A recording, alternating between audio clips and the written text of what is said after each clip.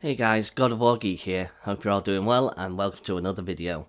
Well, the first issue of Fallen God has dropped and it is amazing. I won't be sharing the whole comic with copyright issues and so on, even though I'm going to be playing a fine line with what I'm going to show you today. But it's really cheap. If you want to read it, then I recommend buying it, or I'm sure if you search you will find it free somewhere. Some of it is just Kratos travelling with very little said, to be honest. But I want to take what I think are key details from the comic and analyse them and discuss them with you down in the comments. So let's begin. We have Kratos, who appears to still be in Greece, which should be a fair assumption with the fact that we see dark skies and raging weather. He is standing at the edge of a cliff glaring at his blades, stating if he cannot die, then he can rid himself of the blades. He then throws them into the sea, then retires to a nearby cave, looking to sleep. He awakes to find the blades have returned to him. Picking them up with a determined look, he will find a way to rid himself of his curse or be damned. I think a very obvious detail to notice is the blades are burning the whole time, which is new to me. But not just that, the design of the blades itself looks strikingly close to the blades of Athena. I don't know what to think on that, and frankly I'm not touching that subject as it confuses me.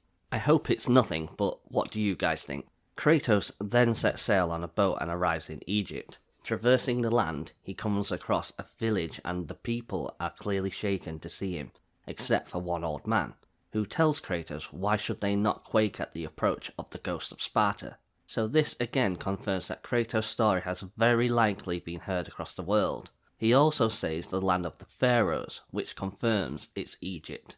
This old man talks of a destiny Kratos has and that he has arrived at their hour of need, which Kratos tries to ignore as he usually does. So it sounds like something devastating is going to happen somewhere in Egypt, and Kratos is going to be a part of it, and hopefully this time not the cause. The old man appears to not be afraid of Kratos, even though Kratos pushed him to the ground. The old man hits back, telling Kratos even he can't outrun his destiny, O God of War. So whether the people knew he was once the God of War or not is unknown, but this man knew Kratos was once the God of War. Kratos walking away travels once more, while even getting into a fight with some animals. These appear very wolf-like, and as we know there are two wolves on the cover of Fallen God. Now I'm not saying they are the same wolves, but it is a little coincidental. Also I did a little digging into wolves and Egypt, and it appears as if the Egyptians called them jackals. Looking at them and the creatures on the comic, I would not be surprised one little bit if that is what they are, instead of the popular theory which is they are Skull and Hattie, which I would never completely rule out. He finally reached somewhere to drink and rest, but a voice reached out to him. It was a Hamadryas baboon. Is it just me, or does he more or less say the same thing as the old man? Is this baboon and the old man the same person? Well, I will cover this toward the end of the video. One more thing on the baboon. To me, it does not look anything like the one on the cover. The colour alone is enough to say it's not the same baboon, but that's how I feel about it. So it could still be Babby. Kratos questions his senses and wonders if he is losing his mind, so he leaves. He finds a place to rest and manages to fall asleep after months of no sleep. He wakes to find the blades once again return to him, which causes him to rage some more. Kratos actually tried getting rid of the blades on 3 occasions in the comic. After much more travelling through various terrain and elements, he finds himself again near water, and approached by a voice, but this time from an ibis bird, who again more or less relays the same message the old man and the baboon said. And eventually Kratos passes out, and that is where it ends with the bird departing with one final message. So that was pieces of the comic.